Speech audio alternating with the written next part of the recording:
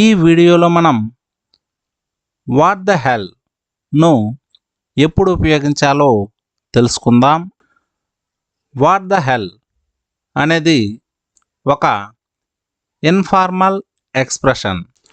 దీన్ని మనం కోపం, ఆశ్చర్యం లేదా అసహనం వంటి బలమైన భావోద్వేగాలను వ్యక్తం చేయడానికి వాడుతాము. వాట్ ద హెల్ అనేది ఒక ఇన్ఫార్మల్ ఎక్స్ప్రెషన్. దీన్ని మనం కోపం, ఆశ్చర్యం లేదా అసహనం వంటి బలమైన భావోద్వేగాలను వ్యక్తం చేయడానికి వాడుతాము. ఇది ఒక అనధికారిక వ్యక్తీకరణ కాబట్టి దీనిని అధికారిక సంభాషణల్లో ఉపయోగించకుండా ఉండడం మంచిది.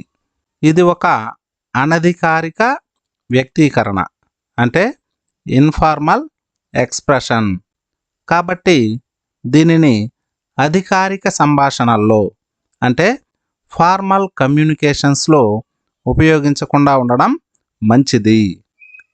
ఎగ్జాంపుల్స్ చూద్దాం.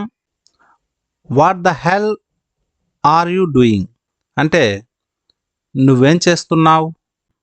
అంటే ఇక్కడ నువ్వేం చేస్తున్నావు అని ఏదో సాధారణంగా అడగడం కాకుండా కోపంగానో, ఆశ్చర్యంగానో లేదా అసహనంతోనో నువ్వేం చేస్తున్నావు అని అడగడానికి what the hell are you doing అని అడుగుతాం.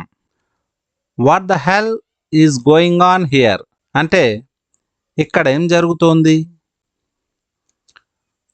What the hell is that noise అంటే ఆ శబ్దం ఏమిటి. What the hell is your problem అంటే నీ సమస్య ఏమిటి. అంటే ఇక్కడ ఫర్ ఎగ్జాంపుల్ మనం ఏదైనా పనిలో ఉన్నప్పుడు మనల్ని ఎవరైనా విసిగిస్తూ ఉంటే వారితో మనం ఇలా అనవచ్చు. What the hell is your problem నీ సమస్య ఏమిటి అని అసహనంగా అడగడానికి what the hell is your problem అని అడుగుతాం.